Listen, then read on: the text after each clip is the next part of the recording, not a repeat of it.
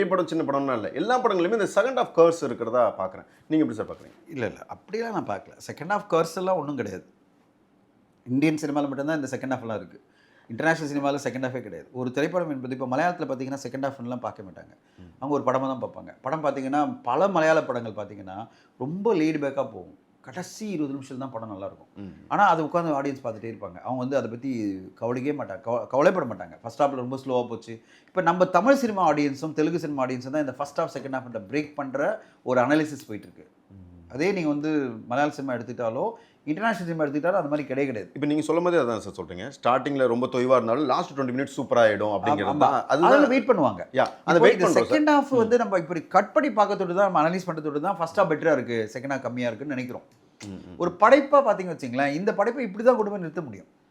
இப்போது ஒரு கூலி படத்தை எடுத்திங்கன்னா இப்படி தான் படைப்பை கொண்டு வந்து நிறுத்த முடியும். கடைசியில் எல்லாரையும் வந்து காலி பண்ணி கடைசியில் அவர் என்ன எதுக்காக இது பண்ணால் நம்ம அப்படி தான் காமிக்க முடியுமே தவிர வேறு எதுவுமே பண்ண முடியாது. ஆனால் இந்த செகண்ட் ஆஃப் கர்ஸ்ன்றதே காரணம் என்னென்னா, நம்ம வந்து ஒரு படைப்பை ஆடியன்ஸ், இங்கே இருக்கிற ஆடியன்ஸோட எதிர்பார்ப்பு எப்படி இருக்குது, தெலுங்கு எப்படி இருக்குது, மலையாளம் எப்படி இருக்குன்னு நம்ம கவனிக்கணும். இங்கே இருக்கிற ஆடியன்ஸ் எவ்ரி 10 மினிட்ஸ் அவங்க கூஸ் பம்ப் எதிர்பார்த்துட்டே இருக்காங்க. எவ்ரி 5 மினிட்ஸ் வந்து ஒரு விஷயம் நடக்கணும்.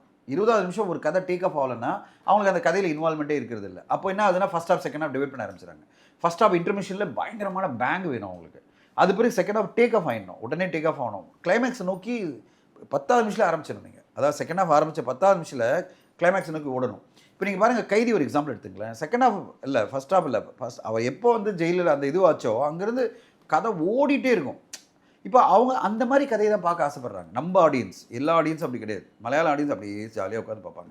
நம்ம ஆடியன்ஸ் எப்படி எதிர்பார்க்குறாங்க, எவ்ரி மினிட் ஓடிட்டே இருக்கணும், படம் ஓடிட்டே இருக்கணும், அடுத்தடுத்த கட்டம் த்ரில்லிங்கான ஒரு அனுபவத்தை கொடுக்கணும், இல்லைனா என்ன ஜாலியாக சிரிக்க வச்சுட்டே இருக்கணும். இங்கே சொல்லுவாங்க எதர் நெகிழ்ச்சியாக இருக்கணும் இல்லை மகிழ்ச்சியாக இருக்கணும்.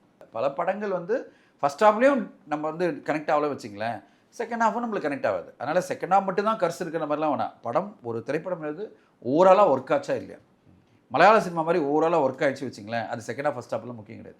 ஃபஸ்ட் ஹாஃப் சூப்பர் டூப்பராக அந்த செகண்ட் ஹாஃப் ஓகே தான் கூட படம் ஓடும். ஏன்னா ஃபஸ்ட் ஹாஃப்லேயே இது திருப்தி ஆகிட்டு இருக்கும். ஆடியன்ஸை பொறுத்தவரையும் நான் கொடுத்த ப்ரைஸுக்கு வந்து நான் கொடுத்த டிக்கெட் ப்ரைஸ் ஃபஸ்ட் ஹாஃப்லேயே எனக்கு வந்து பே ஆஃப் வந்துடுச்சு அப்படின்னா செகண்ட் ஹாஃப் வந்து அதாவது க்ளோஸராக போனாலும் அவங்க ஓகே தான் சொல்லுவாங்க. ஆனால் ஃபஸ்ட் ஹாஃப்லேயே எனக்கு நிறைய கேள்விகள் இருந்தது. ஓகே, இன்டர்மிஷனில் வரும்போது ஒரு நம்பிக்கை வந்தது. செகண்ட் ஹாஃபும் எனக்கு வந்து பெருசாக கிரேட்டாக இல்லைன்னு வச்சிங்களேன், நீங்கள் சொன்ன செகண்ட் ஹாஃப் கர்ஸ் மாதிரி ஆகிடும். இதுதான் மேட்டர்.